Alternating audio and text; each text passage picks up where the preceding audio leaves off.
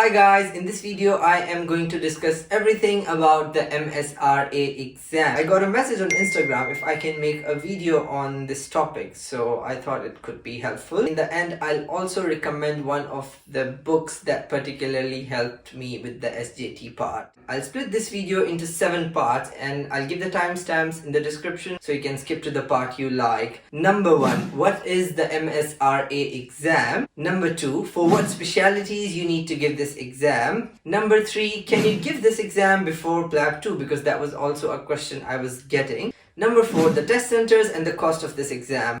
Number 5, the type of questions, and then I'll also discuss about the question banks. Number 6, I'll discuss the marking and the banding of this exam. And number 7, and the most important one, how to make a strategy, plan and prepare for this exam. So yeah, let's get into it. Number 1, what is MSRA exam? So MSRA stands for Multi-Speciality Recruitment Assessment Exam. So it's kind of an entrance exam that you need to enter into a specialty of your choice. Important to know is that this is not a pass-fail exam and you will be actually ranked on the basis of this exam. So it's very important to score high if you want the specialty of your choice or you want an area of your choice. So number 2, what specialties it covers? So it covers almost all the specialties that include GP, psychiatry, obs and gynae, ophthalmology, emergency medicine, anesthetics, core surgery that they have just started, and some other specialties that include nuclear medicine, neurosurgery,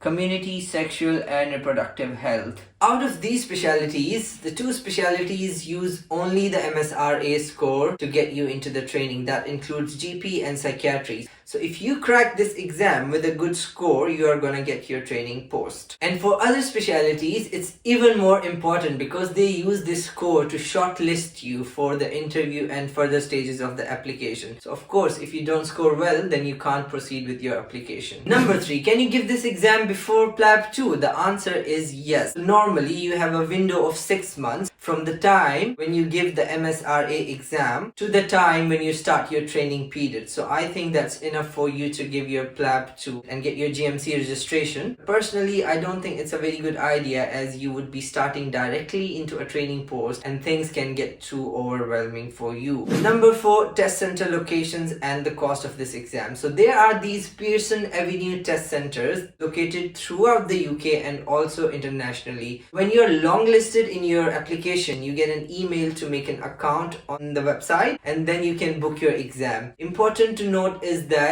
there's a window period of around 7 to 10 days. Normally there are exams happening on daily basis in that period. So book that exam as soon as possible. Also be mindful that it's like a first come first serve basis. If you want a test center near to your location, make sure you book it as soon as possible. I'll just put a link down below where you can just type the postcode and it will show you the nearest possible test center location. The good thing is that this is a free exam. There is no cost whatsoever. However, if you are traveling or staying for this exam somewhere, it will not be refunded. Number 5, the type of questions and the question banks. There are 2 types of questions: professional dilemma or situational judgment test, also called SJT. So you get around 50 questions to be done in 95 minutes. So you get roughly around 1.8 to 1.9 minutes for every question. There are 2 subtypes in this category. One is the ranking, in which you'll have options from A to E and you kind of drag and put them in order.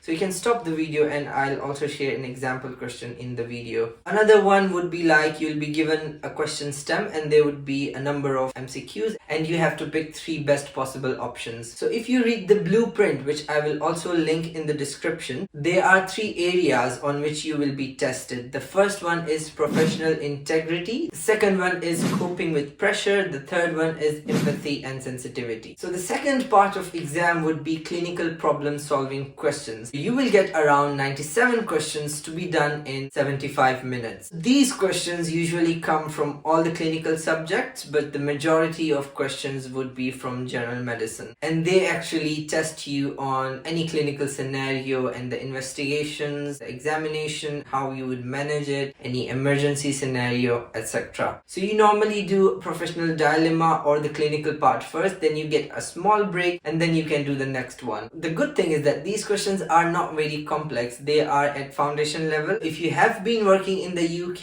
you are likely to tackle with most of the questions. If you have given only Plab 2, then the SJT questions are like the ethical scenarios that you get in your Plab 2. For example, you suspect a colleague of yours who drank last night and now he has come to work, what you will do. Or for example, you are traveling in a bus and you have heard one of your colleagues talking about a patient in the ward in a very loud voice that everyone can hear around. What would you do in that situation? Alright, so let's talk about the question bank. So there are three main question banks: Past Medicine, MCQ Bank and Emedica. If you have got time to prepare for this exam, I would suggest go with Past Medicine. I think this is the best question bank, but again, if you have got time. What I like about Past Medicine is that when you do a question, you get a brief summary from NICE guidelines. So it's a set of standard guidelines that everyone follows, and if you read that, you're able to solve most of the questions from that topic. Another thing that I absolutely like about this question bank is that you get very useful links, for example Osmosis or some other interesting websites that can be really helpful. Another good thing is that you get a discussion box after each question, and for example, if it's a tricky question, you can see doctors discussing that question. Sometimes there are jokes and banters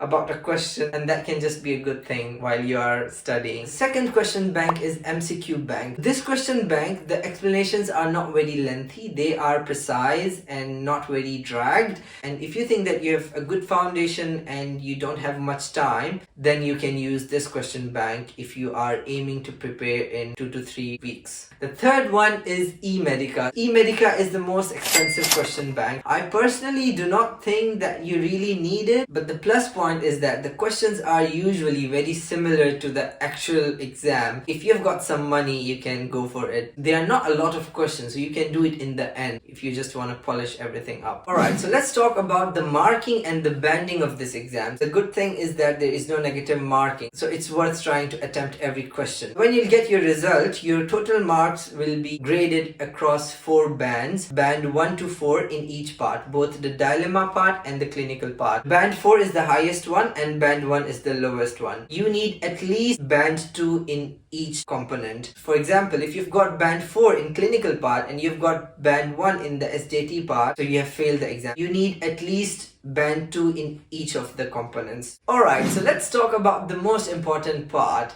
how to prepare, make a strategy and plan for this exam. Number 1, plan your exam and start your preparation way ahead. To be honest, it's not a difficult exam, but again, it's not a pass and fail exam and you need to score high. So it's best that you can plan and start well ahead of time. I think 2 to 3 months would be ideal, but you can even do it in 1 month time. Number 2, make notes. When you write something, you're likely to retain it in your memory. If you're solving the question bank, you've done something wrong, just write it down, put small clinchers. That really helps. Number 3, go section by section. Do not intermingle everything. Keep everything organized. For example, do cardiology, finish that subject and then move to endocrinology. Go along, finish medicine and then do surgery and so on. Once you have finished the question bank, then you can mix revise. The most important part, do spaced repetition. When you're doing your MCQs, block 1 or 2 days in your week where you'll go and revise everything that you have studied, because otherwise you'll forget. So there was a memory experiment actually done, which is actually backed by the neuroscientists. So it's called Ebinger's forgetting curve. So what happens with time, if you'll not revise things, you will likely forget things, and by the time you'll have your exam, you'll forget everything. In 60 days, you forget 90% of what you have learned. So what you can do, initially Monday to Saturday, do questions, block Sunday and revise everything you have done. With time, the material that you have learned will increase, and then start blocking 2 days in a week and go through everything. So it will prevent your curve to dip down and you're likely to retain more and forget less. This is the main key actually. If you keep on revising things and then go along, you'll do absolutely amazing in this exam. The other thing is that you can do active recalling, like you can make flashcards and discuss with your friends. It works sometime, but it's not absolutely necessary. you can prepare this exam on your own as well. The last thing you can do is go through nice guidelines, but I don't think it's particularly important, but if you've got time you can go through it. It's a gold standard. Particularly if you are giving this exam for GP training, it will be immensely helpful because there is this part 1 of MRC GP called AKT, which is all about nice guidelines. So yeah, I hope that helps. If you found this video useful, you can consider liking and subscribing to the channel, and also you can share with your friends who might be giving this exam. And if you've got any questions, feel free to leave it in the comment box, or you can DM me on Instagram as well, and I'll try to respond as soon as possible. So yeah, thank you. See you in the next video.